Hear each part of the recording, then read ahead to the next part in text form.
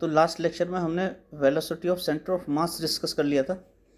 आपको मैंने बता दिया था कि सेंटर ऑफ मास का कोऑर्डिनेट ये होता है और इसे डिफरेंशिएट कर लिया गया था और डिफरेंशिएशन आपको समझा दिया था। यहाँ पे आपका m कांस्टेंट होगा, आपको पता है कि m तो कांस्टेंट होगा, कैपिटल M भी कांस्टेंट होगा, m1 कांस्टेंट होगा, m2 कांस्टेंट होगा, mn कांस्टेंट होगा। तो डिफरेंशिएशन किन किन का होगा? r का। यहाँ r सेंटर ऑफ मास का डिफरेंशिएशन हो गया विद रिस्पेक्ट टू टाइम, यहाँ r1 का हो गया, या r2 का हो गया, या rn का हो गया। और r का differentiation with respect to time gives you the velocity. तो dr1/dt is the velocity of particle 1 हो गई, तो v1 हो गई, उसे हमने v1 कह दिया। तो इसलिए dr1/dt को हमने v1 लिख दिया, dr2/dt को v2 लिख दिया और drn इसे vn लिख दिया और इसे फिर समेशन फॉर्म में लिख दिया। तो ये वेलोसिटी आ गई, सेंटर ऑफ मास की वेलोसिटी आ गई 1/M समेशन ओवर mi/vi। ये मैंने अपने लास्ट लेक्चर में ये भी समझा दिया था और centre of mass frame of reference भी समझा दिया था। मैंने आपको बताया था कि कोई भी अगर हम काम करते हैं या कोई भी मेजरमेंट करते हैं तो किसी ना किसी फ्रेम ऑफ रेफरेंस में करते हैं। जैसे अगर हम किसी चीज़ की लंबाई नाप रहे हैं तो हम कैसे नापते हैं? अपने हाथ में स्केल ले लेते हैं और स्केल को हम रेस्ट पे मान लेते हैं, तब हम उसकी लंबाई नापते हैं। यानी हम तो अर्थ पे खड़े हैं और स्केल हमारे हाथ में है, तो अर्थ के रेस्पेक्ट में हम रेस्ट पे हैं और हमारे रेस्पेक्ट में क्या स्केल रेस्ट पे है। तो स्केल से हम मेजरमेंट कर लेते हैं। तो हमारा कौन सा फ्रेम हो गया? अर्थ का फ्रेम हो गया, जिसे हम लेबोरेटरी फ्रेम कहते हैं, क्योंकि हम जो भी मेजरमेंट कर रहे हैं किस में कर रहे हैं? लैब में कर रहे हैं, यानी अर्थ फ्रेम ऑफ रेफरेंस में कर रहे हैं। और लेबोरेटरी किस पे होती है? अर्थ पे।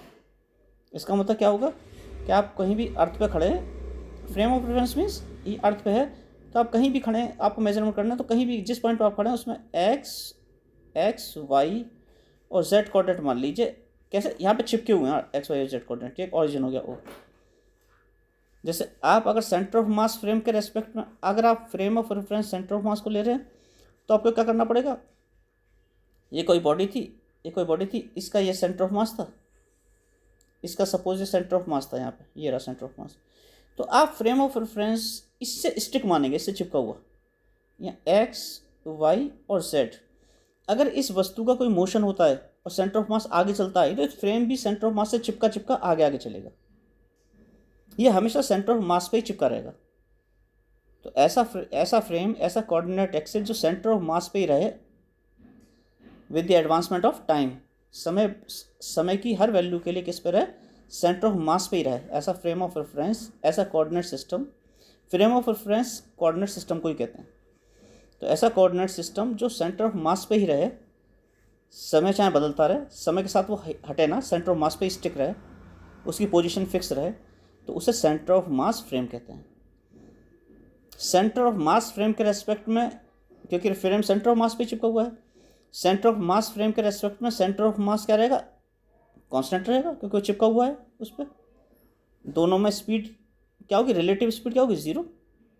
जैसे मान लिया आप हैं यहाँ पे, आप यहाँ पे खड़े हैं और आप भाग रहे थे 10 किलोमीटर पर आवर से, 10 किलोमीटर पर आवर से भाग रहे हैं, और एक दूसरा आदमी भी यहाँ पे, वो भी यहाँ पे 10 किलोमीटर पर आवर से भाग रहा है।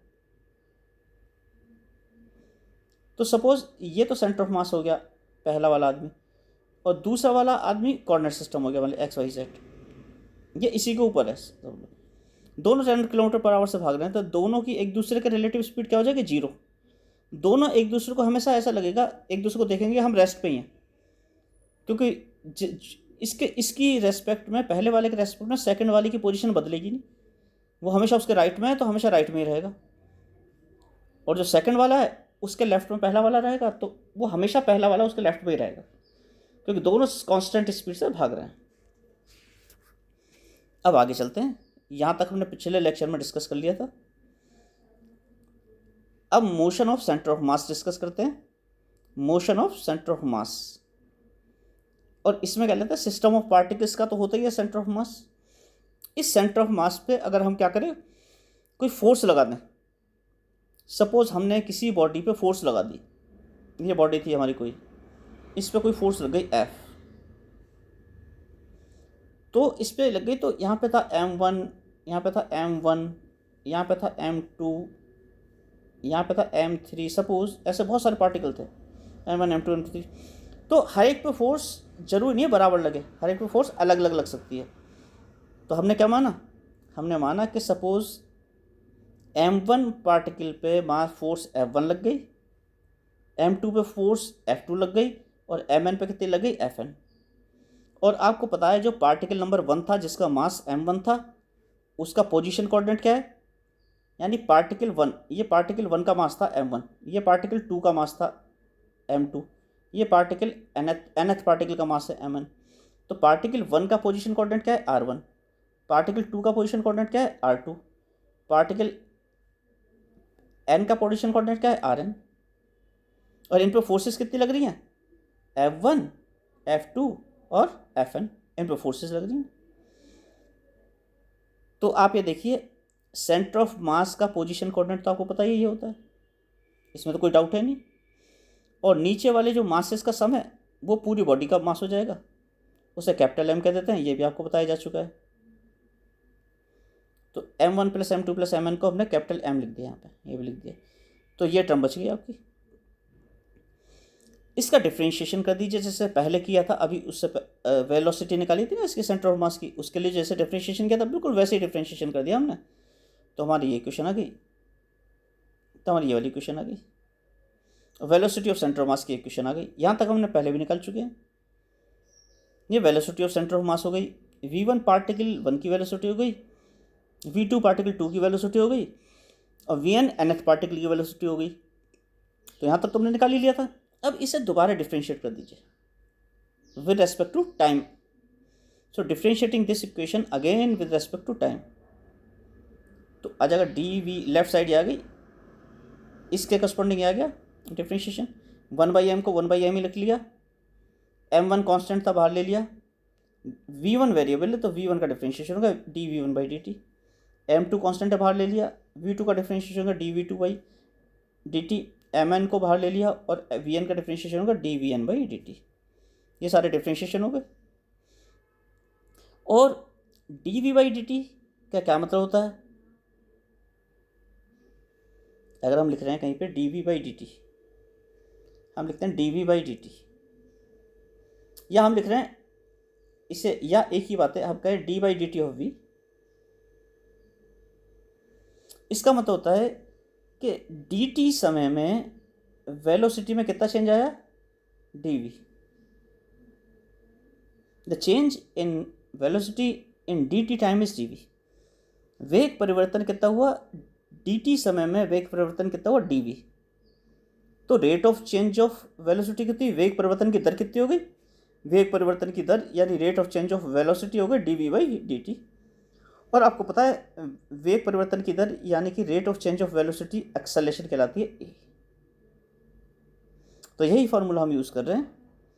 तो हम यहाँ पे रख रहे हैं सेंटर ऑफ मास की वेग परिवर्तन की दर, सेंटर ऑफ मास का एक्सेलरेशन होगा ये ACM, V1 पार्टिकल की वेलोसिटी का रेट ऑफ चेंज, पार्टिकल 1 का एक्सेलरेशन हो गया, V2 पार्टिकल की वेलोसिटी का चेंज, यहाँ पे आ जाएगी टर्म दूसरी, क्या हो जाएगी, M2 A2।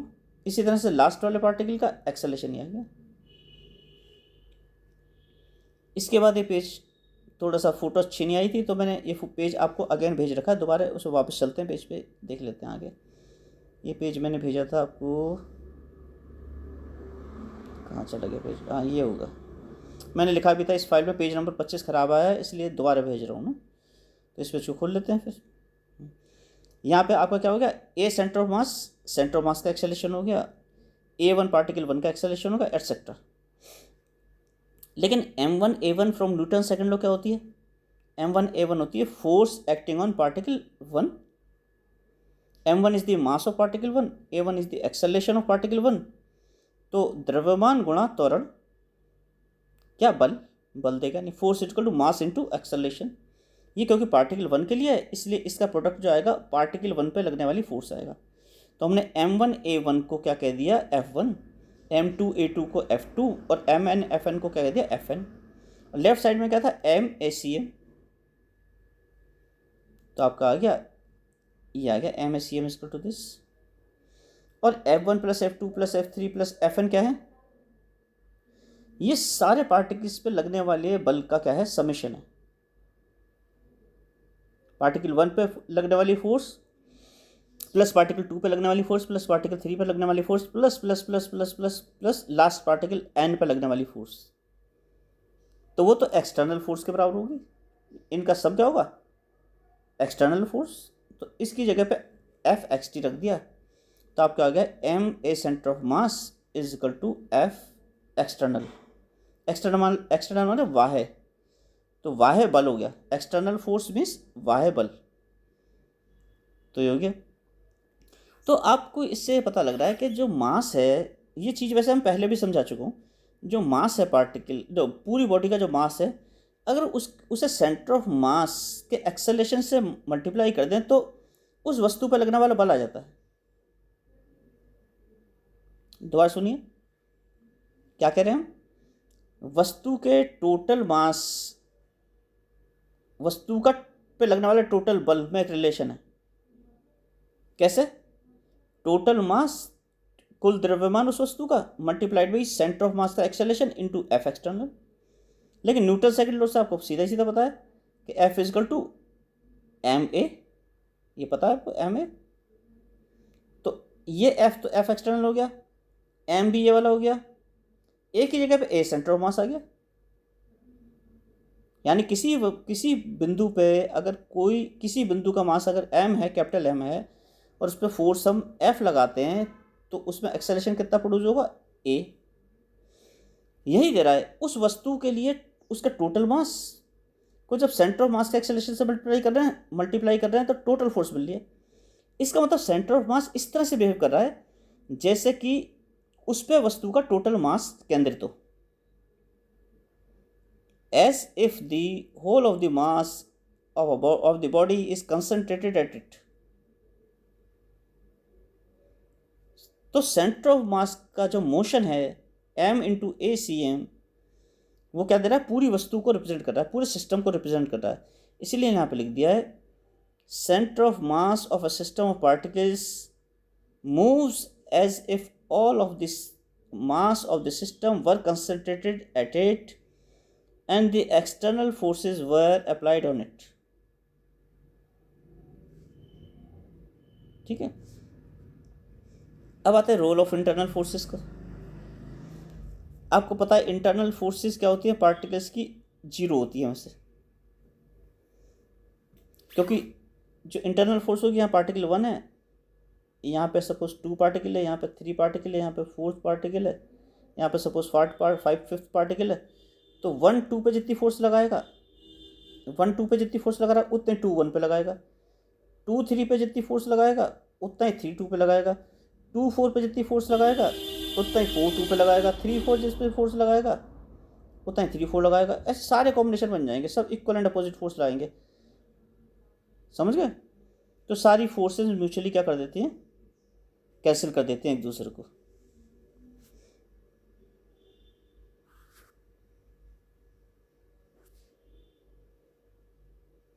ये इसमें लिखा हुआ है, ये लिखा है देखो, internal force on any one particle there is an equal and opposite force acting on some other particle, hence for the system as a whole the net internal force is zero. इसलिए internal forces जो होती है motion में कोई role play नहीं करती।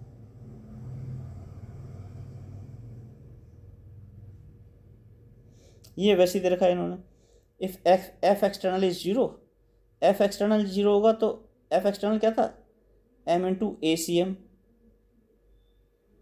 M into ए C M. तो M तो जीरो हो नहीं सकता, इसका मतलब ए सी एम जीरो होगा। If f external is zero तो ए सी एम जीरो होगा। ए सी एम जीरो होने का मतलब क्या है?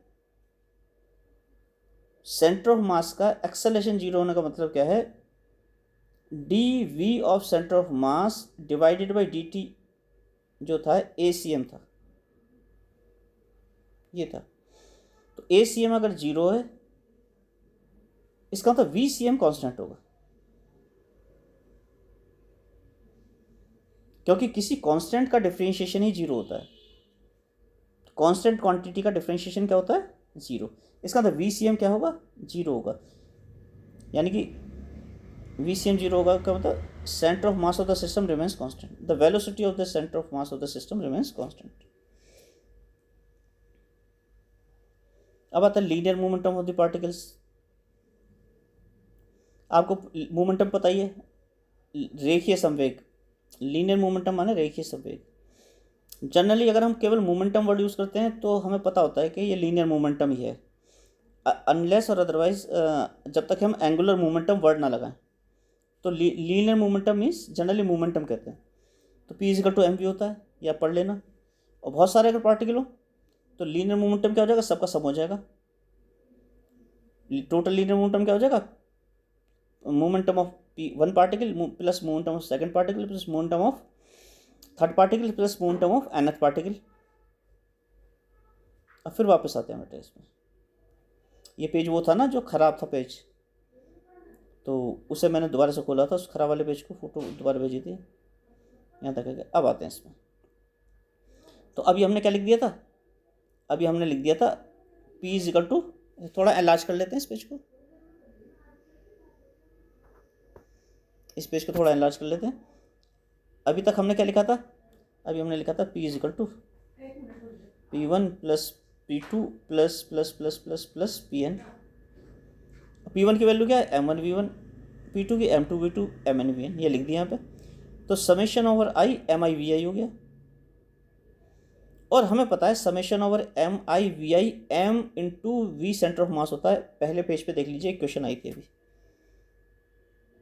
जब हमने डिफ्रेंशिएट किया था, जब हमने r centre of mass = 1/M summation over i mi, अरे यार mi/ri, इसे इसे हटा देते। mi और ri को जब डिफ्रेंशिएट किया था, इसे जब डिफ्रेंशिएट किया था तो देखो ये वाली इक्वेशन आ गई थी। अभी पिछले पेज पे आप देख लेते। तो इस mi/vi समेशन की value m into V centre of mass रख दीजिए। तो टोटल p क्या हो गया? m into V centre of mass हो गया। ये आ गया। अगेन देखो सेंटर ऑफ मास की वो आ रही है, इंपॉर्टेंस आ रही है। तो total momentum of the body क्या हो गया? P, total mass of the body multiplied by velocity of centre of mass. Again centre of mass कैसे बिहेव कर रहा है? As if whole of the mass is concentrated on it. तो total momentum centre of mass की help से निकाल सकते हैं, जैसे total velocity centre of mass की हेल्प से निकाल सकते हैं, या total acceleration centre of mass की हेल्प से निकाल सकते हैं। इसी तरह से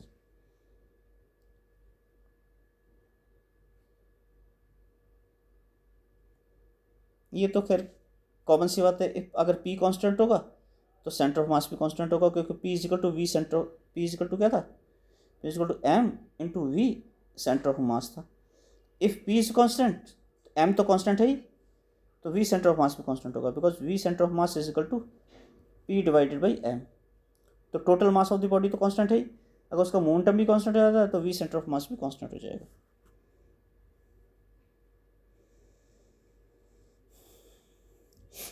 अब निकालना है linear momentum in centre of mass frame. ठीक है, ये जो लीनियर मोमेंटम था इसकी वैल्यू mv सेंटर ऑफ मास थी। और अगर सेंटर ऑफ मास फ्रेम के रेस्पेक्ट में ही हमें लीनियर मोमेंटम निकालना है, पहले फ्रेम ऑफ रेफरेंस क्या था? पहले हमारा फ्रेम ऑफ रेफरेंस ये कोई था, और ये बॉडी सपोज यहाँ पे थी, इसका सेंटर ऑफ मास बीच में था, ये CM था, ये CM लिखा है बेटा मैंने, CM यहाँ पे था सपोज, और ये मूव कर रही थी किसी भी तरह से, तो सेंटर ऑफ मास को मोशन मिल रहा था ऐसे। तो इस फ्रेम के रेस्पेक्ट में ये जो X, Y और Z फ्रेम था, इसके रेस्पेक्ट में सेंटर ऑफ मास की कोई वेलोसिटी थी। लेकिन अब हमने इस फ्रेम को क्या किया? सेंटर ऑफ मास पे ही चिपका दिया, क्योंकि हम सेंटर ऑफ मास फ्रेम को एज ए रेफरेंस फ्रेम ले रहे हैं। तो हमने क्या किया? ये जो बॉडी थी, ये बॉडी थी, इसका ये सेंटर ऑफ मास था CM, यहाँ पे सेंटर ऑफ मास था, इसी पे रेफरेंस फ्रेम हमने चिपका दिया। अब ये बॉडी मूव करेगी तो फ्रेम भी मूव करेगा, क्योंकि चिपका हुआ है। तो velocity of centre of mass with respect to this frame क्या हो जाएगा? 0। तो वी सी एम क्या हो जाएगा, जीरो। ये पहले भी मैं समझा चुका, वी सी एम जीरो हो जाएगी। जब वी सी एम जीरो हो जाएगी तो मोमेंटम भी जीरो हो जाएगा। इसलिए linear momentum of the body with respect to centre of mass frame is always zero. अब आते हैं कंजर्वेशन ऑफ मोमेंटम पे। कंजर्वेशन ऑफ मोमेंटम के लिए आप सीधा सीधा डिफरेंशिएट करेंगे। आपको देखना है कंजर्वेशन ऑफ मोमेंटम में पी कांस्टेंट कब होगा।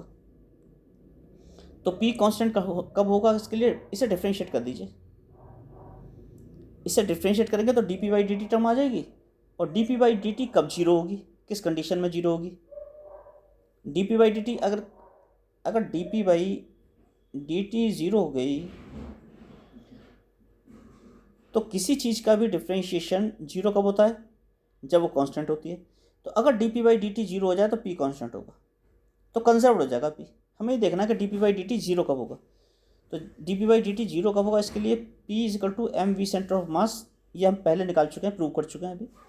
इसे डिफरेंशिएट कर लीजिए। इसे डिफरेंशिएट करेंगे तो आपका ये आ गया, P M V centre of mass का डिफरेंशिएट किया तो आपका ये आ गया, ये आ गया। और M of A centre of mass क्या होता है, यहाँ पे इसने छोटी सी गलती कर दी, यहाँ पे कैपिटल एम आएगा।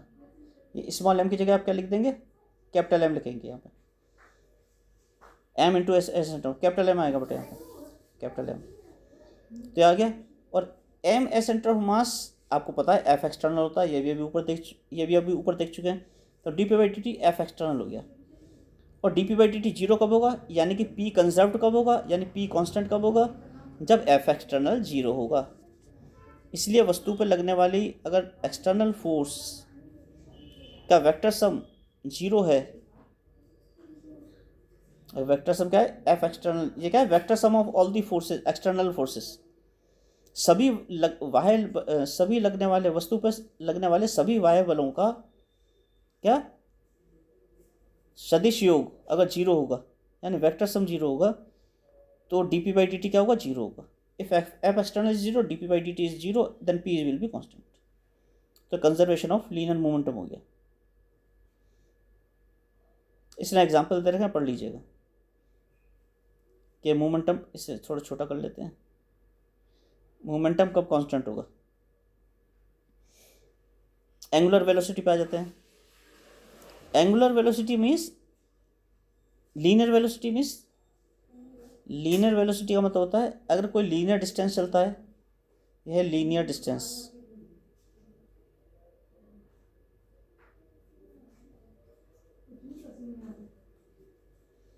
कोई लीनियर डिस्टेंस चल रहा है, ये चला, सपोज ये पॉइंट कोऑर्डिनेट था x1 और ये पॉइंट कोऑर्डिनेट था x2, तो उसमें डिस्टेंस कितना चला, x2 माइनस x1 चला डिस्टेंस। और कितने समय में चला, t डिवाइडेड बाई t, ये लीनियर वेलोसिटी हो जाती है। डिस्टेंस अपॉन टाइम, चाल बराबर दूरी बटे समय, x2 minus x1 divided by t, ये लीनियर वेलोसिटी हो गई। हमें क्या करना है, एंगुलर वेलोसिटी। एंगुलर वेलोसिटी क्या होगी, सेम, अगर कोई एंगल चलता है, एंगल माने कर्व के अलोंग चलता है, तो if somebody is going from this position, suppose ये ओरिजिन था, ये फर्स्ट पोजीशन थी इनिशियली जब टाइम जीरो था, तो ये थी सपोज θ1, एंगल था θ1, और ये एंगल था सपोज θ2। तो ये पोजीशन 1 थी किसी पार्टिकल की और ये पोजीशन 2 थी। तो अगर कोई पार्टिकल 1 से 2 पे यहाँ पहुँच जाता है, कितने समय में, t समय में, 1 से 2 पे पहुँचता है t समय में, तो कितना एंगल चला वो एंगल चला ये वाला जिसमें मैंने डबल लाइन कर दी, ये वाला एंगल चला, डबल लाइन वाला, ये वाला एंगल चला बेटा। और ये वाला एंगल कहता है θ2 माइनस θ1। और कितने समय डिवाइडेड बाई टाइम, कितने समय में चला t, ये एंगुलर वेलोसिटी हो जाएगी। यानी कितना एंगल चला यूनिट टाइम में, कितना डिस्टेंस चला यूनिट टाइम में, इकाई समय में चला गई दूरी, क्या हो गई, लीनियर वेलोसिटी। इकाई समय में चला गया कौन, एंगुलर वेलोसिटी। तो चलते हैं आगे, इसने चित्र में समझा रखा है, देखो इसने समझा रखा है यहाँ पे, ये P पॉइंट था हैं, ये कोई पार्टिकल है, पार्टिकल को पी दिखा रखा है, वो T1 समय पे कितना एंगल था उसका, θ1, ये रहा θ1 बेटा, ये θ1 था। फिर T2 समय पे वो यहाँ आ गया, T1 समय पे θ1 था, T2 समय पे यहाँ आ गया, तो एंगल कितना हो गया, θ2। तो θ2 माइनस θ1 क्या होगा, डेल्टा थीटा मान लिया इसने। तो T2 माइनस T1 समय में वो θ2 माइनस θ1 चला, उसने कितना समय लगाया 1 से 2 तक, T2 माइनस T1, और कितना एंगल चला, θ2 माइनस θ1, ये एंगल चला। तो चला हुआ एंगल डिवाइडेड बाई कितने समय में चला, तो θ2 minus θ1 divided by T2 minus T1, ये एंगुलर वेलोसिटी हो जाएगी, यही लिखा है। लेकिन ये एवरेज एंगुलर वेलोसिटी होगी, क्या होगी, क्योंकि हम बहुत ज़्यादा डिस्टेंस ले रहे हैं। अगर हम इनफाइनाइटेसिमल डिस्टेंस एंगल लेते, बहुत छोटा सा, ये डेल्टा थीटा लिया हमने, क्या लिया, डेल्टा थीटा। अगर हम डी थीटा लेते तो हमारी एवरेज नहीं आती, तो हमारी इंस्टेंटेनियस वेलोसिटी आती। अभी हम क्या ले रहे हैं, एवरेज वेलोसिटी। तो average angular velocity of the body को क्या लिखेंगे, ओमेगा बार। ओमेगा को, डब्लू को, ऐसे छोटे डब्लू को घुमा के बना देते हैं और एवरेज के लिए ऊपर बार लगा देते हैं, तो ओमेगा बार हो गया।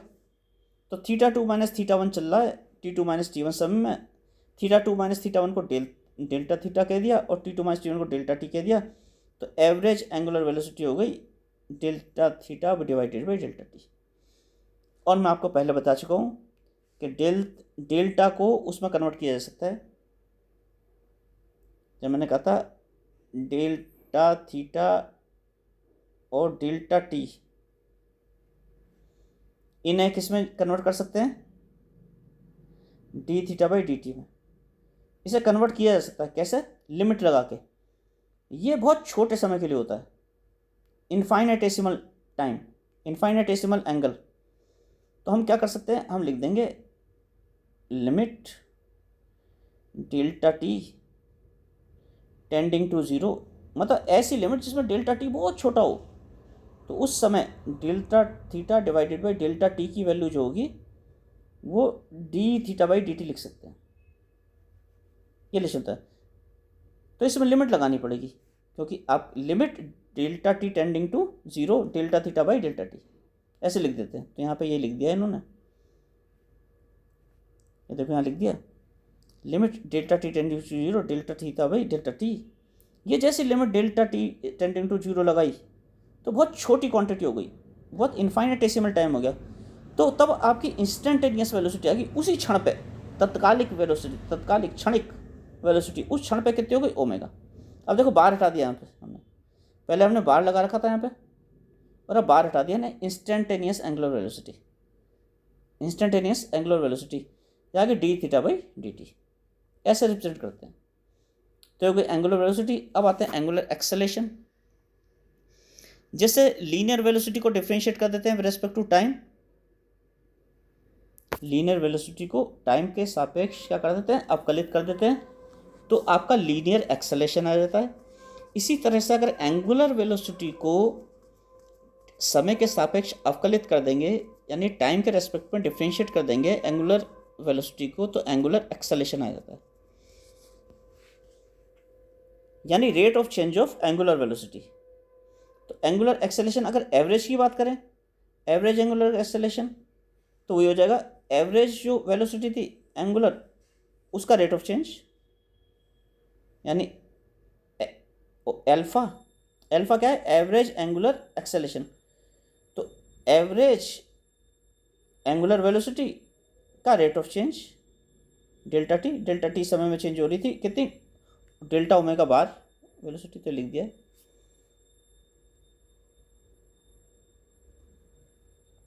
Alpha is equal to omega 2 minus omega 1 T2 minus T1। पहले ओमेगा 1 वेलोसिटी थी, मान ली यहाँ पे ऊपर से फिगर पे आते हैं दोबारा, सपोज यहाँ पे तो इसकी ओमेगा 1 वेलोसिटी थी, यहाँ पे कितनी हो गई, ओमेगा 2 हो गई, कितने समय में हुई, T2 माइनस T1। तो एंगुलर एक्सेलेरेशन क्या हो जाएगा, rate of change of angular velocity, यानी omega 2 minus omega 1 divided by T2 minus T1, उसे कह देंगे delta omega divided by delta T. ये क्या है? एंगुलर एक्सेलेरेशन, लेकिन ये है एवरेज एंगुलर एक्सेलेरेशन, क्योंकि हमें डेल्टा टी इनफाइनेटेसिमल नहीं है यहाँ पे अभी। अगर हमें इंस्टेंटेनियस एंगुलर एक्सेलेरेशन चाहिए तो डेल्टा टी को इनफाइनेटेसिमल लेंगे। तो आगे बढ़ते हैं, वापस वहीं आते हैं जहाँ से हम थे अभी ना, यहाँ थे हम, थोड़ा सा नीचे कर लेते हैं, यहाँ पे थे हम। तो एवरेज एंगुलर एक्सेलेरेशन क्या हो गया? कोणीय वेग परिवर्तन की दर, delta omega by delta T. और इंस्टेंटेनियस एंगुलर एक्सेलेरेशन क्या हो जाएगा? वही delta T, limit delta T tending to zero लगा दीजिए इसमें। तो instantaneous alpha angular acceleration limit delta T tending to zero, delta omega divided by delta T, यानी D omega by D T. और ओमेगा पता है आपको, ओमेगा क्या था? Omega D theta by D T था, ये रहा। तो D by D T of omega, यानी D by D T of D theta by D T, यहाँ पे इसे क्यूट कर दिया। कैसे? D omega divided by D T को हम लिख सकते हैं D by D T of omega, ऐसे लिख सकते हैं। और D by D T of omega means D by D T, ये पीछे निशाने ले देना, समझ लेना। D by D T of omega क्या था? D omega by D T, ये D omega by D T, D by D T of D omega by, ओ डी ओमेगा कह रहा हूँ, D theta by D T बेटा, D theta. तो D by D T of D theta by D T, इसका होता है D square theta divided by D T square. समझ में आ रहा है? तुम्हारे लिख देता हूँ मैं, d omega by D T is equal to d by D T. ये तो आप लोग वैसे पढ़ कर चुके हैं डिफ्रेंशिएशन अपने अर्लियर स्टेजेस पे। तो डी बाई डी टी और ओमेगा क्या था? D theta by D T, ऐसे। तो इसे लिख सकते हैं d two theta divided by D T square. ये थीटा का 2 times differentiation with respect to time. तो ये लिख दिया यहाँ पे, ये आ गया, ये आ गया। यूनिट्स आप निकालिए देंगे, रेडियन पर सेकंड स्क्वायर। रेडियन की डायमेंशन कुछ होती नहीं है, क्योंकि एंगल पता है ना, कोण बराबर चाप बटे त्रिज्या।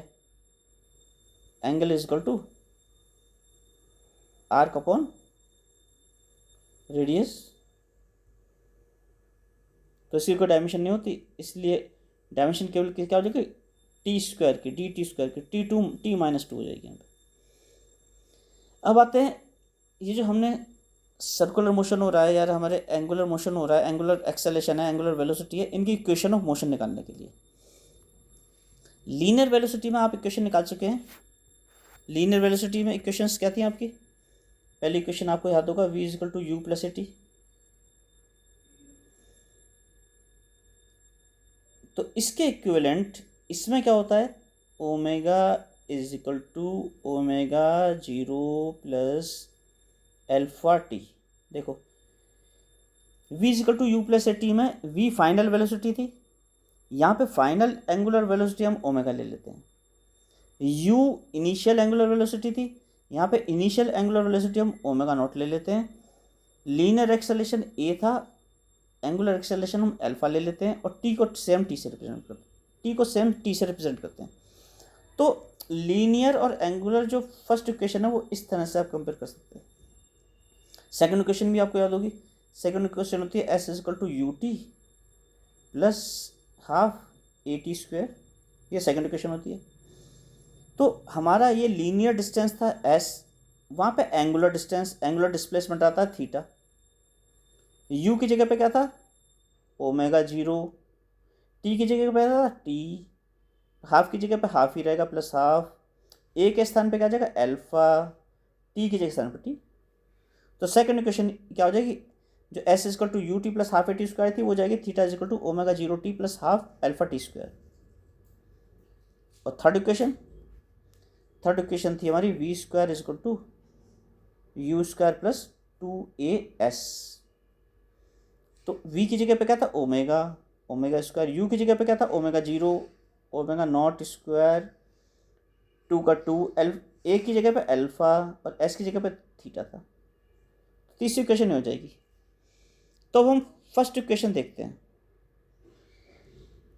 फर्स्ट इक्वेशन देखते हैं, ये थी फर्स्ट इक्वेशन हमारी, omega is equal to omega zero plus alpha T, यानी V equal to you plus A T वाली। ये एंगुलर एक्सेलरेशन, एंगुलर एक्सेलरेशन आपको पता है ये डिफाइन होता है ऐसे, यानी D omega is equal to alpha d t हो गया, डी टी इधर लिया अल्फा के साथ, तो d omega is equal to alpha d t हो गया। इसे इंटीग्रेट कर दो। कैसे? जब समय जीरो था, समय जीरो पे जहाँ पे हमने समय नापना घड़ी चलाई थी, जिस समय टाइम जीरो था, उस समय इनिशियल वेलोसिटी कितनी मानी थी? Omega zero. और जब टाइम टी हो गया, जहाँ तक हमने मोशन का मेजरमेंट किया, उस समय फाइनल वेलोसिटी क्या हो गई? ओमेगा। तो ओमेगा की वैल्यू कहाँ से कहाँ वेरी करेगी? ओमेगा जीरो से ओमेगा। इसे लेफ्ट साइड में जो इंटीग्रेशन है डी ओमेगा इज, इसमें ओमेगा का जो इंटीग्रेशन होगा वो ओमेगा जीरो प्लस ओमेगा लगेगा। एल्फा कांस्टेंट एंगुलर एक्सेलरेशन लेना है बेटा। जितनी भी इक्वेशन हमारी होती हैं कांस्टेंट एक्सेलरेशन की होती हैं। जैसे आप लिखते हैं v is equal to you plus A t, इसमें एक्सेलरेशन कांस्टेंट होता है बेटा ए, ये कांस्टेंट एक्सेलरेशन होता है इस इक्वेशन में। इसी तरह से यहाँ पे भी अल्फा जो होगा कांस्टेंट होगा अल्फा, तो अल्फा कांस्टेंट है इसलिए बाहर आ गया और डी टी का इंटीग्रेशन हो गया। और टाइम कहाँ से कहाँ तक वेरी कर रहा था? जीरो से टी तक, तो जीरो टू टी लिमिट लगा दी, और यहाँ पे omega zero to omega limit लगा दी। तो d omega one, d omega one into d omega, तो ओमेगा इंटीग्रेशन आ गया इसका, ओमेगा की लिमिट लगी तो लेफ्ट साइड में आ गया। ऐसे डी टी का इंटीग्रेशन क्या आ गया? वन इंटू डी टी था तो टी आ गया, तो इसकी भी लिमिट लगा दी तो टी माइनस जीरो हो गया। तो आपकी पहली इक्वेशन तो सीधी प्रूव हो गई। कैसे प्रूफ हुई? आपने एंगुलर एक्सेलरेशन की वैल्यू ली ये, और इसका कर दिया इंटीग्रेशन और लिमिट लगा दी omega zero to omega and zero to T, तो सीधी इक्वेशन आपकी फर्स्ट इक्वेशन प्रूफ आ गया। क्या? Omega zero equal to omega plus alpha T. अब दूसरी इक्वेशन ये थी आपकी, theta is equal to omega zero T, कौन सी? S equal to U T plus half A T square, U T plus half A T square. इसके comparison में ये इक्वेशन थी, इसका प्रूफ करना है। इसके प्रूफ के लिए आप ओमेगा फिर लीजिए, ओमेगा लिखिए D theta by D T, ये लिख दिया यहाँ पे, दिख रहा है ओमेगा इजिकल टू, ये देखो मैं लाज कर रहा हूँ, omega is equal to d theta by D t लिख दिया यहाँ पे, ठीक है लिख दिया। अब आगे बढ़ते हैं, और ओमेगा की वैल्यू क्या है? फर्स्ट इक्वेशन से अभी जो प्रूफ हुई है, ये देखो ये ओमेगा की ये वैल्यू है, देखो ध्यान रखना ओमेगा की वैल्यू है, ये रही ओमेगा की वैल्यू, ये हम प्रूव कर चुके हैं, ये फर्स्ट इक्वेशन भी है। ओमेगा की ये वैल्यू थी, और आपको पता है कि omega is equal to d theta by D t है, ये तो पता ही है। कोणीय वेग इजिकल टू कोणीय विस्थापन बटे समय, d theta by D t, ठीक है। तो d theta by D t is equal to क्या है? ओमेगा। और पहली इक्वेशन से ओमेगा की वैल्यू क्या है? Omega zero plus alpha t, तो यहाँ पे रख दो d theta by D t is equal to omega zero plus alpha t, यहाँ रख दिया। D theta by D t is equal to this, d t से मल्टीप्लाई कर लिया, तो d theta is equal to omega zero d t plus alpha t d t, इसे integrate कर दीजिए। थीटा की वैल्यू कहाँ से कहाँ तक लेंगे? जब टाइम जीरो था, जब समय जीरो था तो थीटा जीरो से शुरू होगा, और जब समय टी हो गया तो थीटा थीटा हो जाता है। तो थीटा को डिफ्रेंशिएट करेंगे जीरो से थीटा तक, इंटीग्रेट करेंगे जीरो से थीटा तक, टी को जीरो टू टी और टी को जीरो टू टी, ये जब इंटीग्रेट कर देंगे तो इंटीग्रेशन ये आ जाएगा। इंटीग्रेशन तो आप सबसे आता होगा, दोबारा बता देता हूँ, integration x, suppose x d x करना है, सपोज एक्स की पावर एन है, तो इसका इंटीग्रेशन आता है x to the power n plus one divided by n plus one, ये आता है। अब सपोज आपको करना है integration of x d x, तो एन की वैल्यू क्या है? यहाँ पे वन है, जो हम लिखते नहीं है, तो एन की वैल्यू वन का मतलब क्या आ जाएगा? एक्स की to the power one plus one divided by one plus one, यानी कि one by two x square, ये आ जाएगा। अगर हम इंटीग्रेशन में केवल डी एक्स लिख दें, हालांकि आप लोगों को पता होगा लेकिन फिर भी मैं बता रहा हूँ, केवल डी एक्स लिख दें, इसका मतलब आपने लिख रखा है यहाँ पे x to the power zero d x, क्योंकि एक्स टू पावर जीरो किसी भी चीज़ की पावर जीरो का मीनिंग क्या होता है, वन। तो ये वन इंटू डी एक्स है, यानी एक्स की पावर जीरो का डी एक्स है। और एक्स की पावर जीरो डी एक्स का इंडिकेशन क्या होगा, एक्स की power zero plus one divided by zero plus one, it means x. इसलिए इंटीग्रेशन डी टी क्या होगा, टी। जिसका रेस्पेक्ट में इंटीग्रेशन होगा वन का, तो वही चीज़ आ जाएगी। तो यही लिया यहाँ पे इंटीग्रेशन टी का था, तो टी टू पावर वन थी, तो t to power one plus one divided by one plus one, तो हाफ टी स्क्वायर हो गया। फिर उसमें लिमिट लग गई जीरो टू टी, तो यह आ जाएगा। तो दूसरी इक्वेशन आ गई।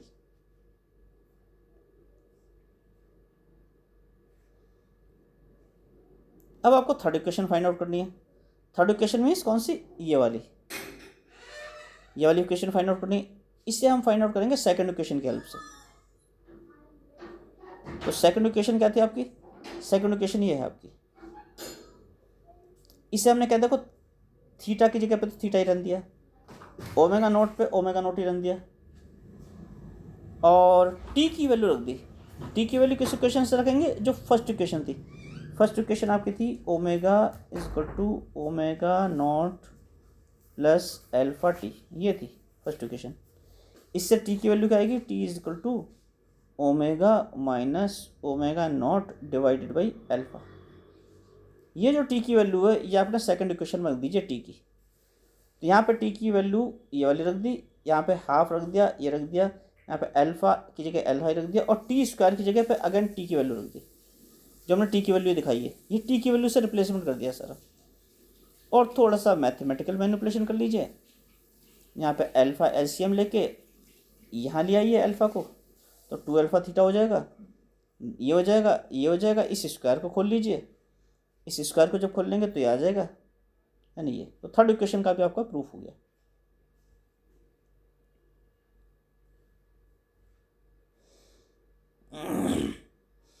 अब ये लिखा है लीनियर, मतलब relation between linear and angular variables of a rotating body. अगर कोई वस्तु घूम रही है तो उसके रेखीय और कोणीय जो वेरिएबल्स होंगे उनमें क्या रिलेशन होगा। जैसे कोई वस्तु घूम के यहाँ जाती है, कोई वस्तु ऐसे आई ये, तो ठीक है, वो तो उसने एंगल तो चला यहाँ पर थीटा, लेकिन बेटा देखो ये लीनियर डिस्टेंस भी तो चला उसने। ये डिस्टेंस एक सरल रेखा के अनुरूप है ना। This distance is along a straight line, 1 2 बीच में सपोज ले लिया हमने यहाँ पे पी क्यू आर पॉइंट ले लिए, तो 1 से पी तक, पी से क्यू तक, क्यू से आर तक, आर से 2 तक, ये जो डिस्टेंस है लीनियर डिस्टेंस है। ये स्ट्रेट लाइन है ना, कर्व लाइन है, कर्व कह दीजिए, तो कर्व लाइन है, इसलिए ये लीनियर डिस्टेंस है। और एंगुलर डिस्टेंस क्या है, ये थीटा। इसे सपोज 1 से 2 तक एस कह देते हैं। तो एक तो लीनियर डिस्टेंस है एस चल रही है, और एंगुलर डिस्प्लेसमेंट कितना है, थीटा। तो इस तरह के, तो इसमें लीनियर डिस्टेंस भी चल रही है, तो लीनियर वेलोसिटी भी होगी इसकी। यानी ये 1 पी क्यू आर 2 तक जहाँ गई, तो किस वेलोसिटी से गई, ये तो इसकी लीनियर वेलोसिटी हो जाएगी। और उसने एंगल जो थीटा चला है उसकी वेलोसिटी थीटा बाई टी आ जाएगी, वो एंगुलर वेलोसिटी हो जाएगी। जब इसमें लीनियर वेलोसिटी है तो लीनियर एक्सेलेरेशन भी होगा, जब एंगुलर वेलोसिटी है तो एंगुलर एक्सेलेरेशन भी होगा। तो इस तरह से इन दोनों में आपस में क्या रिलेशन है, तो उसके लिए एक बहुत सिंपल सी फिगर बना रखी है। इस फिगर को मैं एनलार्ज कर रहा हूँ बच्चों, देखो ये फिगर आपको दिख रही है। कोई पार्टिकल इस पॉइंट पे था यहाँ पे और चला गया यहाँ तक, ये मैंने दोनों मार्क कर दिए। कितना डिस्टेंस चला वो, एस। एंगुलर डिस्प्लेसमेंट कितना हुआ उसका, थीटा। रेडियस वेक्टर की वैल्यू क्या थी, आर। और किस समय में चला, सपोज टी मान लिया। तो आपको पता है कोण बराबर चाप बटे त्रिज्या, angle is equal to arc upon radius. Angle है थीटा, आर्क है एस, और रेडियस है आर। तो एस तो क्या हो गया, आर्क, थीटा एंगल, और आर रेडियस। और इनमें रिलेशन आपको पता है, angle equal to arc upon radius. तो उससे हम लिख सकते हैं s is to r theta. इसे कर दीजिए differentiate with respect to time. R constant है, ध्यान रखिएगा, क्योंकि रेडियस है सर्कल की, जिस कर्व में घूम रहा है उस कर्व की रेडियस है। तो D S by D T is equal to R D theta by D T आ जाएगा, क्योंकि आर कांस्टेंट है इसलिए बाहर आ जाएगा। डिफ्रेंशिएशन केवल क्या हो जाएगा, थीटा का हो जाएगा विद रिस्पेक्ट टू टाइम, तो d theta by D t लिख देंगे। लेकिन आपको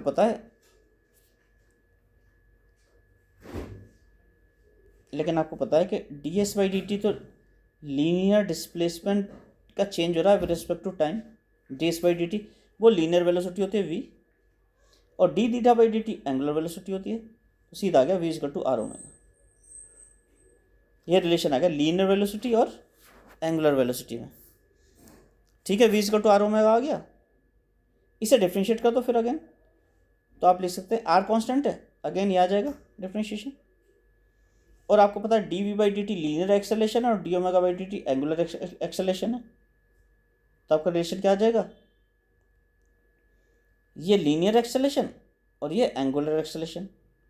तो आपका रिलेशन आ जाएगा A is equal to are alpha, ये आ जाएगा A is equal to are alpha. लेकिन यहाँ पे इस बुक में एक थोड़ा सा स्पेसिफिक टर्म ले रखी है, D v by D T को इन्होंने ए टी कह रखा है, tangential component of the linear acceleration कह रखा है ए टी। इसलिए इन्होंने यहाँ पे d v by D T को ए टी लिख दिया है और आर को आर लिख दिया है, इससे ओमेगा तो एल्फा लिख दिया है। तो इन्होंने लिख दिया है a t is equal to are alpha, ये लिख दिया a t is equal to are alpha. इसका कारण भी है, उस कारण के लिए चित्र देखते हैं दोबारा, जो चित्र बना हुआ है ये चित्र है।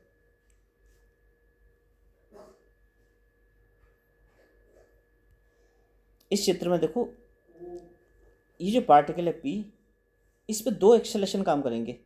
एक तो इसकी लीनियर वेलोसिटी इस डायरेक्शन में, पी पॉइंट पे इसकी लीनियर वेलोसिटी देखो इस डायरेक्शन में। ये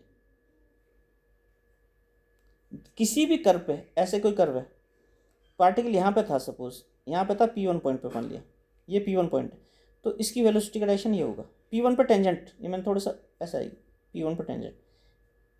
अब सपोज P2 पे आ गया यहाँ पे, तो इसकी वेलोसिटी इस डायरेक्शन में होगी P2 पर टेंजेंट। अगर ये P3 पे आ जाता है यहाँ पे P3 पे, तो इसकी वेलोसिटी का डायरेक्शन ये होगा P3 का। तो वेलोसिटी के डायरेक्शंस बदलते रहेंगे। कैसे होता है, टेंजेंशियल। इसी तरह से एक्सेलरेशन के भी डायरेक्शन बदलते रहेंगे। तो पी पॉइंट पे जो एक्सेलरेशन है बेसिकली वो क्या होगा, टेंजेंशियल होगा। इस मोशन के लिए, जो ये जो लीनियर मोशन है जो कर रहा है ये, इसमें एक्सेलरेशन क्या होगा, टेंजेंशियल। हर में हमेशा A1 A2 A3 tangential acceleration होगा, इसलिए AT कहा गया है, क्योंकि टेंजेंट के अलोंग, स्पर्श रेखा के अनुदिश ही होगा उसका वेग भी और उसका त्वरण भी। लेकिन इसमें एक त्वरण और काम कर रहा है।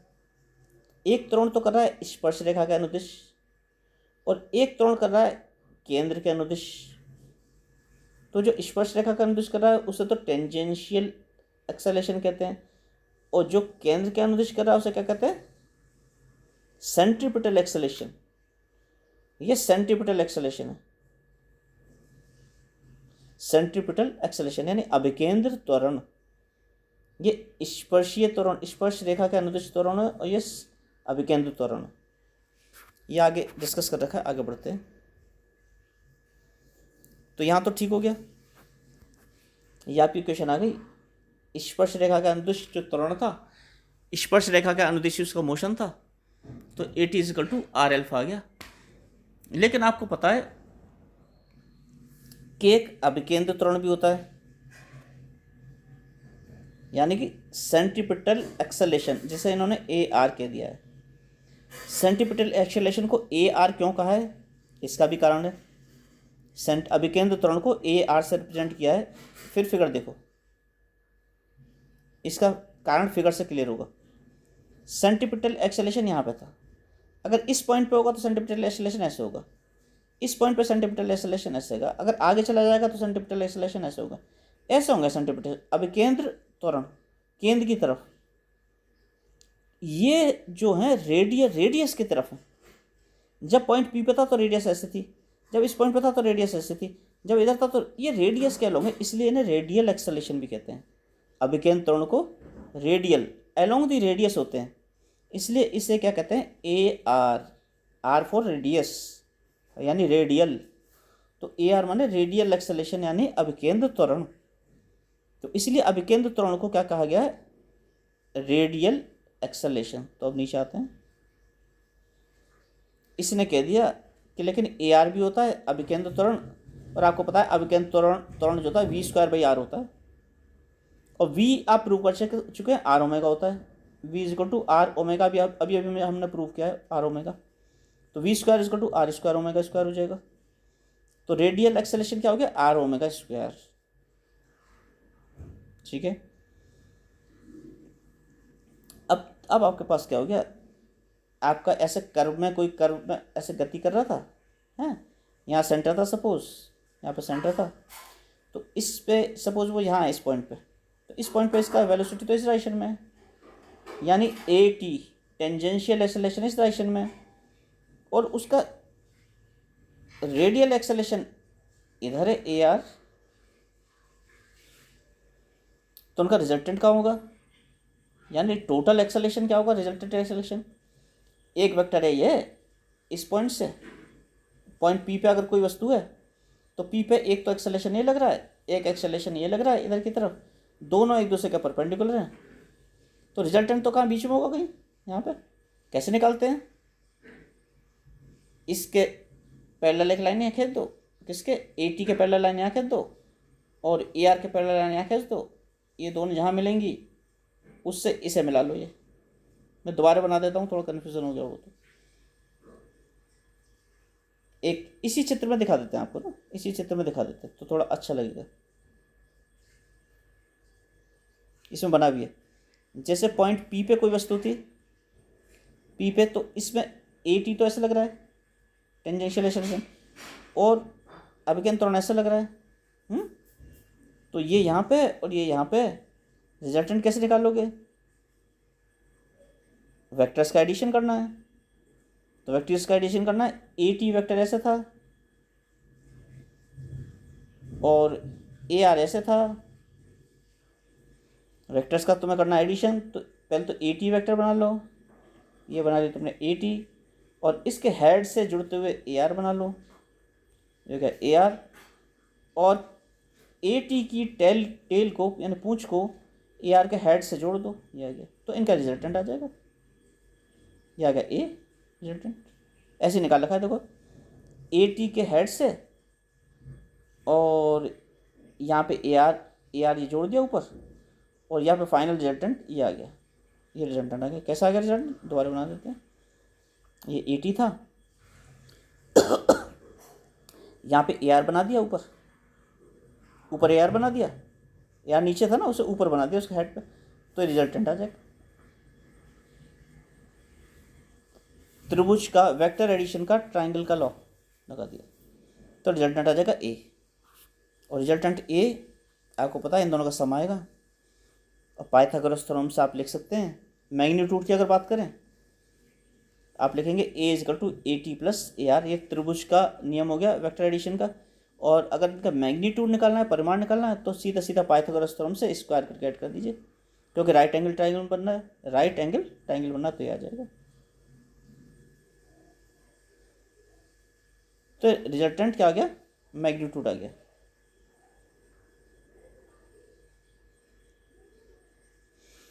अगेन इसका हेडिंग है torque acting on a particle.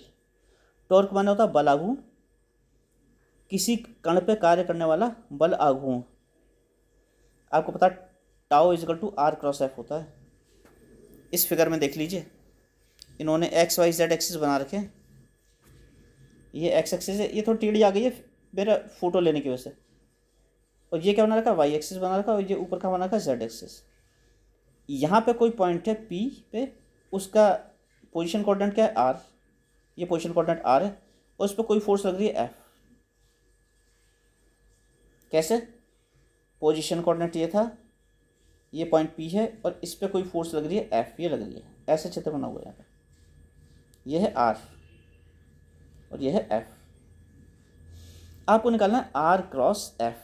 Torque होता है आर क्रॉस एफ, बल गुणा दूरी, बल आघूर्ण इज इक्वल टू बल गुणा दूरी। लेकिन सीधी सीधे गुणनफल नहीं होता, इनका क्रॉस प्रोडक्ट होता है, इनका सदिश गुणनफल होता है। तो आर क्रॉस एफ के लिए कैसे करेंगे? ठीक है, एफ तो इस दिशा में देखो बेटा कुछ कुछ ऐसे है, और आर की दिशा ये है, आर की दिशा ये हल्की सी। तो आपका एफ इस दिशा में है और आर इस दिशा में, इन दोनों का गुणनफल लेना है, इनका आर क्रॉस एफ लेना है। आर क्रॉस एफ, आर से एफ की तरफ क्रॉस प्रोडक्ट लेना है। तो आर क्रॉस एफ का रिजल्टेंट कैसे मिलेगा? ए क्रॉस बी, दो वेक्टर का गुणनफल लेना है हमें। किस किस का लेना है? ए की जगह पे हमारा आर है और बी की जगह पे हमारा एफ है। इन दोनों का जो भी गुणनफल आएगा ए क्रॉस बी का, वो ए के भी परपेंडिकुलर होता है, बी के भी परपेंडिकुलर होता है, ये आप लोगों को पता है। ए क्रॉस बी का जो भी प्रोडक्ट आएगा, सपोज सी आता है, सपोज सी वेक्टर आता है, तो सी का डायरेक्शन जो होगा ए और बी को बनाने वाले प्लेन के परपेंडिकुलर होगा, यानी कि ए के भी लंबवत होगा, बी के भी लंबवत होगा। इसीलिए आर क्रॉस एफ का जो वो होगा रिजल्टेंट, वो जो टाउ होगा, टाउ ये भी वेक्टर होगा, टाउ जो होगा आर के भी परपेंडिकुलर होगा, एफ के भी परपेंडिकुलर होगा। ठीक है, तो अगर हमने मोबाइल के प्लेन में, जो मोबाइल की स्क्रीन दिख रही है, इसमें हमने आर बना लिया और एफ बना लिया, तो टाउ का डायरेक्शन या तो बिल्कुल मोबाइल के परपेंडिकुलर ऊपर की तरफ होगा, यो मोबाइल में छेद करता हुआ नीचे की तरफ होगा। अब कैसे पता लगाएं कि ऊपर होगा या नीचे होगा? तो आप क्या करिए, ये जो कॉमन पॉइंट था यहाँ पे, आर और एफ जहाँ पे मिल रहे हैं, ये किस पे मिल रहे हैं? पी पॉइंट पे। तो इस पी पॉइंट पे आप एक स्क्रू मान लीजिए कि इस पी पॉइंट पे एक स्क्रू है, और स्क्रू ड्राइवर को, पेचकस को आप आर से एफ की तरफ घुमाइए, उस स्क्रू में पेचकस फंसा दीजिए, पी पे जो स्क्रू है, और आर से एफ की तरफ स्क्रू ड्राइवर को घुमा रहे हैं हम आर से एफ की तरफ, यानी कि एंटी क्लॉकवाइज घुमा रहे हैं आर से एफ की तरफ। तो स्क्रू कहाँ जाएगा? स्क्रू खुल के ऊपर की तरफ आएगा। अगर हम क्लॉकवाइज घुमाते हैं तो स्क्रू छेद करके अंदर की तरफ जाता, कसने लगता। अगर हम एंटी क्लॉकवाइज घुमाएंगे तो स्क्रू ढीला होगा, और ढीला होगा तो क्या होगा? ऊपर की तरफ आएगा, हमारी तरफ को, हमारी आंखों की तरफ। तो यही आर क्रॉस एफ का डायरेक्शन होगा। हाँ, अगर हमारा आर उल्टा होता, सपोज हमारा आर ऐसे होता, मैं दोबारा बना रहा हूँ, सपोज हमारा एफ ऐसे है और हमारा आर सपोज यहाँ होता, आर यहाँ होता और एफ ऐसे होता, तो आर क्रॉस एफ हमें ये लेना पड़ता, आर क्रॉस एफ। इस केस में जो पॉइंट पी था, इस पे रखने वाला स्क्रू जो है, अगर हम आर से एफ की तरफ स्क्रू ड्राइवर घुमाएंगे तो कसेगा, तब हमारा आर क्रॉस एफ का डायरेक्शन क्या होता? रिजल्टेंट वेक्टर जो आर क्रॉस एफ यानी टाउ मिलता, r cross f is equal to tau मिलता। अगर इस केस में ऐसा होता, आर ऊपर होता और एफ नीचे होता, तो हमारा टाउ जो होता मोबाइल में अंदर की तरफ होता, नीचे की तरफ स्क्रीन से, क्योंकि अगर हम पी पॉइंट पे स्क्रू ड्राइवर रख के आर से एफ की तरफ घुमाएंगे स्क्रू को, तो वो अंदर कसेगा, यानी नीचे की तरफ जाएगा, तब डायरेक्शन निकाल सकते हैं इस तरह से। तो आपको पता लगे tau tau is equal to are cross f, बला गुण आर क्रॉस एफ होता है, और आर क्रॉस एफ आपको पता ही है, आर एफ साइन थीटा होता है। मैग्नीट्यूड, स्केलर मैग्नीट्यूड की बात कर रहे हैं, जैसे आपको पता है कि ए क्रॉस बी क्या होता है, वो a cross vector b cross लगा दिया, ए क्रॉस बी होता है magnitude of a into magnitude of b into sine theta into unit vector n. ये यूनिट वेक्टर एन जो होता है ए और बी दोनों का परपेंडिकुलर होता है, इस इकाई सदिश। अगर केवल मैग्नीट्यूड की बात करें तो ए क्रॉस बी का जो मैग्नीट्यूड, ऐसे लगा देते हैं मैग्नीट्यूड, ये मैग्नीट्यूड लगा देते हैं दोनों तरफ, सीधी सी लाइन, केवल ए बी साइन थीटा हो जाएगा, एन हट जाएगा यहाँ पर। इसलिए आर क्रॉस एफ का मैग्नीट्यूड क्या होगा? आर बी साइन थीटा, यानी आर एफ साइन थीटा, ये आ गया आर एफ साइन थीटा, ये मैग्नीट्यूड आ गया आर एफ साइन थीटा। ये सब मैं बता ही चुका हूँ, परपेंडिकुलर होता है। इससे बहुत सारी एप्लीकेशन आप देख सकते हैं। टॉर्क यानी बल आघूर्ण, आर क्रॉस एफ से, ये हो गया आर एफ साइन थीटा। ये आर और एफ के बीच का एंगल है। इसलिए जब भी आप दरवाज़ा खोलते हैं अपने घर का, तो आप फोर्स क्या लगाते हैं? परपेंडिकुलर लगाते हैं बेटा, क्योंकि टाउ मैक्सिमम कब होगा? टाउ मैक्सिमम कब होगा? जब थीटा मैक्सिमम होगा, साइन थीटा की वैल्यू मैक्सिमम होगी। ये हटा देते हैं, साइन थीटा इज मैक्सिमम। और साइन थीटा की वैल्यू मैक्सिमम कब हो सकती है? When theta is 90 degree. इसका मतलब आर और एफ क्या है? परपेंडिकुलर हैं एक दूसरे के। तो जो घूमने वाला ऑरिजिन है दरवाजे का, जो हिंज होता है, जहाँ दरवाजे दीवार से जुड़ा हुआ होता है, बिल्कुल चौखट में जुड़ा हुआ होता है, वहाँ से आपके हैंडल तक का डिस्टेंस तो हो गया आर। इसलिए जो हैंडल लगाए जाते हैं दरवाजे में, वो बिल्कुल दूसरे कॉर्नर पे लगाए जाते हैं चौखट से, हिंज से, जिससे कि आर मैक्सिमम हो जाए, क्योंकि आप हैंडल पे फोर्स लगाते हैं हमेशा खोलने के लिए। तो आप आर को तो कर देते हैं मैक्सिमम, तो आपने आर मैक्सिमम कर दिया। आपको टाउ की वैल्यू मैक्सिमम करनी है, तो आपने क्या कर दिया? आर को तो मैक्सिमम कर दिया, आर मैक्सिमम। और साइन थीटा को मैक्सिमम कर दीजिए। साइन थीटा को मैक्सिमम करने के लिए आप दरवाजे के हैंडल को सीधा खींचते हैं, बिल्कुल यानी परपेंडिकुलर डायरेक्शन में खींचते हैं दरवाजे के प्लेन से। तो साइन थीटा भी मैक्सिमम हो गया, r into sine theta maximum. और दरवाजे को खोलने के लिए एक निश्चित टॉर्क चाहिए, वो तो कांस्टेंट चाहिए, बल्कि टॉर्क की वैल्यू तो कांस्टेंट चाहिए।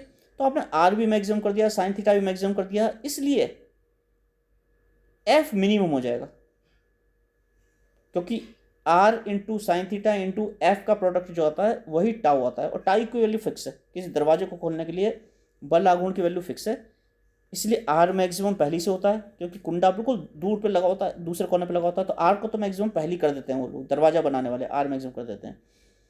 और साइन थीटा को हम मैक्सिमम कर देते हैं बल लगा के, क्योंकि दरवाजे को हम परपेंडिकुलर खींचते हैं खोलने के लिए, तो साइन थीटा को हम मैक्सिमम कर देते हैं। और दरवाजा खोलने के लिए टाउ की फिक्स वैल्यू चाहिए, तो हमने आर तो मैक्सिमम पहली से, साइन थीटा हमने मैक्सिमम कर दिया, इसलिए एफ की मिनिमम रिक्वायर्ड वैल्यू हो जाती है। एफ मिनिमम चाहिए होता है फिर, तो एफ को मिनिमम बनाने के लिए हम साइन थीटा और आर को मैक्सिमम कर देते हैं। इसलिए एंगुलर, इसी तरह से angular momentum of the particle, अभी वही फिगर थी। एंगुलर मोमेंटम एल जो होता है, या तो स्मॉल एल से लिखते हैं या कैपिटल एल से भी लिख देते हैं एंगुलर मोमेंटम। यहाँ शायद स्मॉल एल से दिखा रखा है, मैं देखता हूँ, हाँ यहाँ स्मॉल एल दिखा रखा है बेटा फिगर में, तो कोई बात नहीं, स्मॉल एल और कैपिटल एल एक ही बात है। ये होता है r cross p, r cross p. यहाँ पे पी ये है, और अच्छा पी तो फिगर में ये है, और आर ये है, ये रहा आर, ये सीधा, इस आर को सीधा बना लीजिए, ये आर है, जैसे आर क्रॉस एफ बनाया था। आपको लेना है आर क्रॉस पी, पहले था आर क्रॉस एफ, एक ही बात है, बस एफ की जगह पी बदल गया, तो इसका भी डायरेक्शन वही उसी तरह से होगा जैसे आर क्रॉस एफ का था। और एल हो गया आर क्रॉस पी, ये लिख दिया, l is equal to are cross p, यहाँ लिख दिया, ये भी आर पी साइन थीटा हो जाएगा।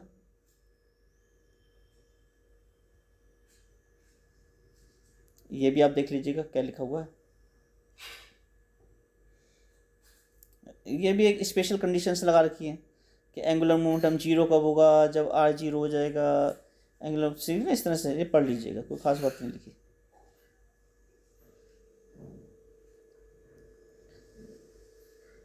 अब आ गया relation between torque and angular momentum,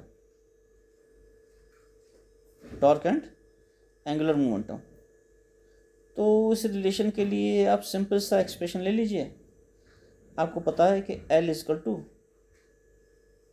are cross P था, इन्हें डिफ्रेंशिएट कर दीजिए विद रेस्पेक्ट टू टाइम। तो एल को डिफ्रेंशिएट करेंगे तो D L by D T आ गया, और आर क्रॉस पी का डिफ्रेंशिएशन ये लिख दिया इन्होंने।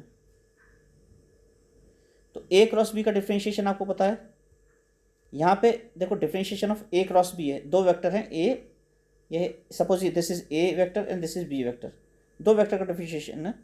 तो क्या होता है? D a by D t cross b plus a cross d b by D t, तो वो वाली फॉर्म ले ली। और d r by D t v होता है, ये d r by D T क्या है? V, d r by D t v है, और पी की जगह पे एम वी आपको पता है, तो वी क्रॉस वी यहाँ पे आ गया और ये जीरो होता है। सेकंड में आ गया R D P by D T, ये ऐसा चलन दिया, तो D L by D T क्या आ गया, R cross D P by D T आ गया। और आपको पता है D P by D T क्या होता है, न्यूटन सेकंड लॉ से, force F, rate of change of momentum is proportional to the force applied, और in some unit this may be equated, these two quantities में be equated. तो appropriate unit में f is equal to d P by D t. तो D P by, इस equation में d P by D t के स्थान पे F रख दिया, तो आर क्रॉस एफ हो गया। और आपको पता है आर क्रॉस एफ टाउ होता है, तो आपको पता लग गया कि D L by D T tau हो जाएगा, यानी rate of change of angular momentum क्या हो जाएगा, पार्टिकल का टॉर्क हो जाएगा। फिर उन्होंने कह दिया कि ये भी स्पेशल कंडीशंस है, angular momentum of a particle moving with constant velocity. आपको पता है एंगुलर मोमेंटम का रेट ऑफ चेंज ये आ गया था, अभी ऊपर आ गया था, अभी ना थोड़ा सा ऊपर, और ये है m v, p M v, m बाहर आ जाएगा तो हो जाएगा r cross m d v by D t. When v is constant, when velocity constant है तो d v by D T zero हो जाएगा। जब d v by D T zero हो जाएगा तो ये पूरा जीरो हो जाएगा, यहाँ d L by D t का हो जाएगा जीरो। तो अगर कोई कांस्टेंट वेलोसिटी से जा रहा है तो D L by D T उसका क्या आ गया, D L by D T zero आ गया। और किसी भी कांस्टेंट क्वांटिटी का डिफरेंशिएशन जीरो होता है, इसका मतलब एल क्या हो गया, इट इम्प्लाइज एल क्या हो गया, कंजर्व्ड यानी कांस्टेंट। तो अगर कोई वस्तु कांस्टेंट स्पीड से मूव कर रही है तो उसका एंगुलर मोमेंटम क्या होगा, कांस्टेंट होगा। तो इस लेक्चर को यहीं ख़त्म करता हूँ। नेक्स्ट लेक्चर में आगे के टॉपिक्स डिस्कस किए जाएंगे, और इसे मैं यूट्यूब पे डाल रहा हूँ लेक्चर को। आप लोग चाहें तो नए लेक्चर जैसे मैं डालता रहता हूँ, तो आप अगर शायद उसमें ना उसे सब्सक्राइब कर लेते हैं चैनल को, और बेल आइकन को अगर हिट कर देते हैं, दबा देते हैं, तो शायद आपके पास नोटिफिकेशन आने लगते हैं। तो जैसे ही मैं लेक्चर डालूंगा तो आपके पास नोटिफिकेशन आ जाएगा। अगर आप करना चाहें तो कर लीजिएगा, नहीं तो मैं अदरवाइज़ मैं तो बता ही देता हूँ आपको, व्हाट्सएप पे डाल देता हूँ लिंक नए उसका ना, अपने वीडियो का, लेक्चर का। तो इस लेक्चर को मैं यही ख़त्म करता हूँ, नेक्स्ट लेक्चर में फिर मिलेंगे।